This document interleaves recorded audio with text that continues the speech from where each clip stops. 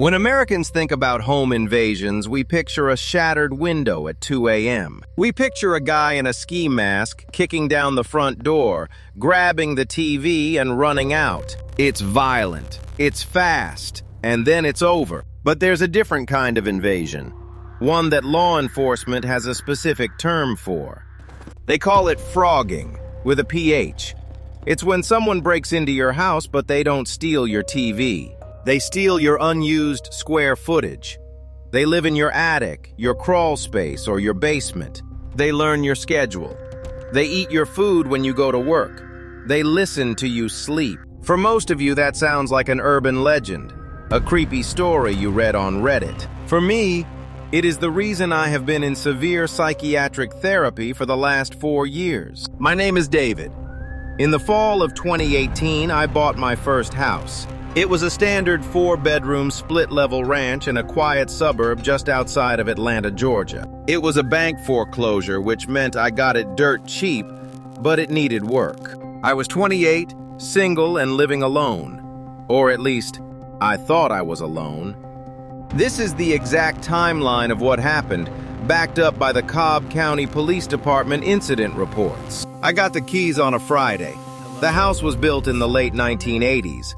It had that classic suburban American layout, a main floor with the kitchen and living room, a short flight of stairs leading up to the bedrooms, and a door in the hallway leading down to a partially finished basement and an attached 2-car garage. Because it was an older home, it had its quirks. The floorboards creaked. The HVAC system groaned when the heat kicked on. The first week was exhausting. I was working 9 to 5 at a logistics firm, then coming home to paint walls and build IKEA furniture until midnight. Looking back, the signs were there immediately. But human beings have a terrifying capacity to gaslight themselves. We want to feel safe in our own homes, so we manufacture logic to explain away the impossible. The first thing I noticed was the food. I'm a creature of habit. I buy the exact same groceries every Sunday. A loaf of bread, a pack of turkey deli meat, a case of Gatorade. By Wednesday of my second week, half the turkey was gone and 2 Gatorades were missing. I must have eaten them and forgot, I told myself. I've been exhausted. I'm just losing track of things. Then it was the doors. I am meticulous about locking up. But one morning I woke up to find the door leading from the kitchen to the basement standing wide open. Just a gaping black rectangle leading down into the dark. I blamed the air pressure. The house is settling, I thought. A draft pushed it open. By mid-October, the weather in Georgia started to turn cold. I finally turned on the central heating. That's when the smell started. It was faint at first. It smelled like unwashed clothes, old sweat, and something vaguely metallic. I thought maybe a raccoon or a rat had died in the ductwork. It's common in foreclosed homes that sit empty for months. I went to Home Depot, bought a ladder and a flashlight, and decided to check the air return vents. In the master bedroom, I unscrewed the metal grate of the ceiling vent and shined my light inside. There were no dead animals, but there was something strange. The layer of dust inside the aluminum ductwork was disturbed. There were long, clean streaks wiped through the grime, like someone had dragged a heavy cloth or an arm through it. I convinced myself it was from the previous owners hiring a duct cleaning service before the bank took the house. But that night I woke up at 3:15 a.m. I didn't wake up naturally. I woke up because my body registered a shift in the environment. The house was completely silent. But as I lay there in the dark, staring at the ceiling, I heard a sound. Creak. It wasn't the house settling. It was the distinct sound of weight being shifted on a wooden joist. And it didn't come from the hallway. It came from directly above my bed, from the attic. I held my breath.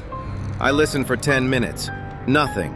Just the wind outside. I eventually fell back asleep, telling myself I was being paranoid. In early November, things escalated from weird anomalies to undeniable facts. I came home from work on a Tuesday. I walked into the kitchen, dropped my keys on the counter, and froze. The toilet seat in the downstairs half bathroom was up. I live alone. I never use that bathroom, and I always leave the seat down. A cold spike of adrenaline hit my chest. I grabbed a baseball bat from my closet and cleared the house. I checked every bedroom, under every bed, behind every shower curtain. I went down into the unfinished basement. I checked the garage. Empty.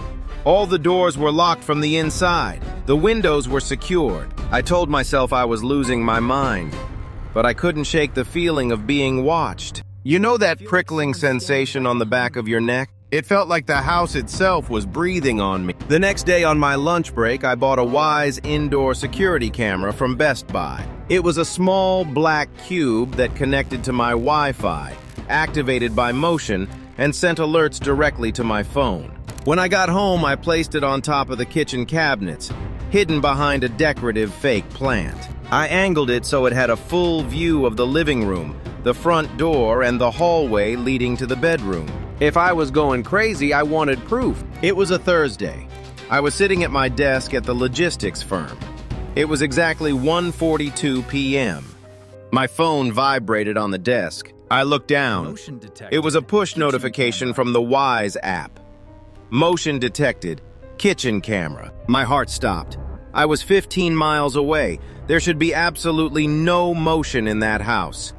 My hands were shaking as I unlocked my phone and opened the app. It takes a few seconds for the video to buffer from the cloud. I sat there, staring at the spinning loading wheel, praying to God it was just a shadow or a bug crawling across the lens. The video loaded. It was a 12-second clip. For the first 3 seconds, the living room is empty. The afternoon sun is streaming through the blinds. At 4 seconds, the door in the hallway, the one leading up to the attic access in the ceiling, slowly swings open. At 6 seconds, a man steps out into my hallway. He was filthy. He looked to be in his late 40s, incredibly gaunt with matted gray hair. He was wearing an oversized flannel shirt and dirty jeans. He didn't wear shoes. He had on thick, filthy wool socks. He didn't look around nervously like a burglar. He looked completely relaxed.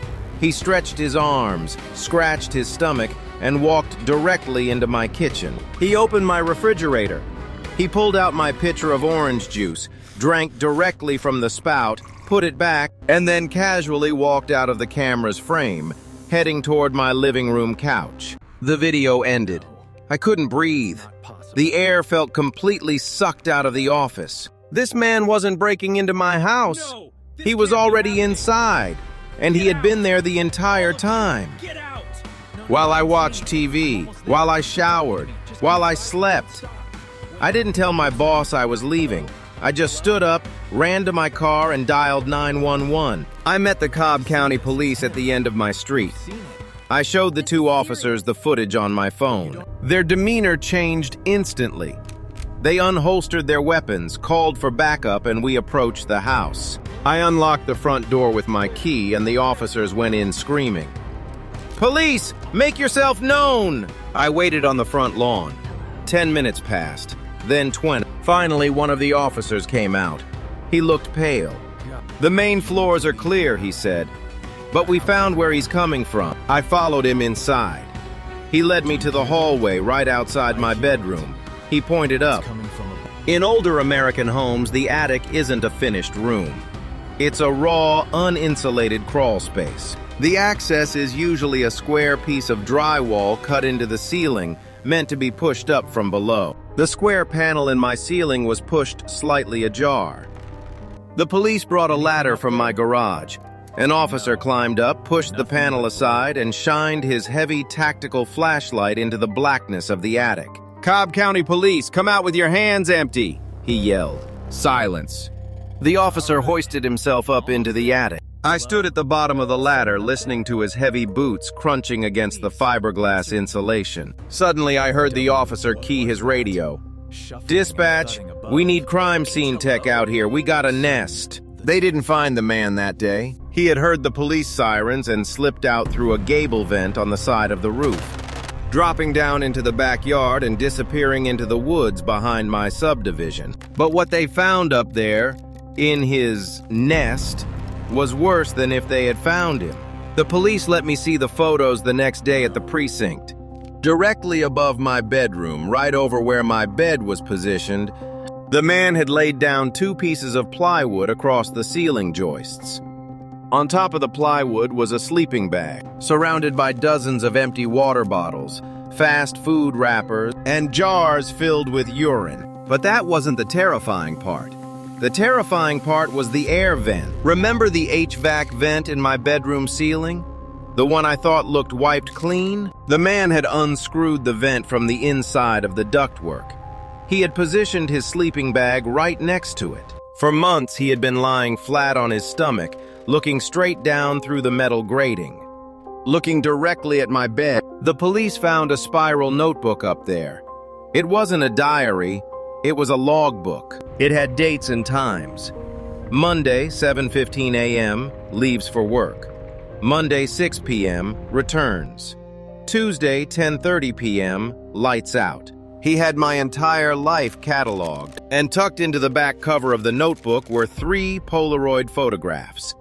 They were taken from above, looking down through the vent. They were photos of me asleep in my bed, in the dark. The police identified him from fingerprints left on the orange juice pitcher. He was a 52-year-old drifter with a long history of aggravated stalking and breaking and entering. He had been living in the foreclosure for almost 6 months before I even bought it. He just decided he didn't want to leave. They caught him 3 states away a year later. I sold the house at a loss. I couldn't stay there another night. Now, I live in a modern apartment building. No attics, no crawl spaces, concrete ceilings. But the trauma of phrogging doesn't ever really leave you, because it breaks the one fundamental rule of human safety, that when you lock your front door at night, you are locking the danger out. But you never stop to consider, what if you are locking the danger in? Tonight, when you go to bed and the house is completely quiet, listen closely. If you hear the floorboards creak above you, don't assume it's just the house settling.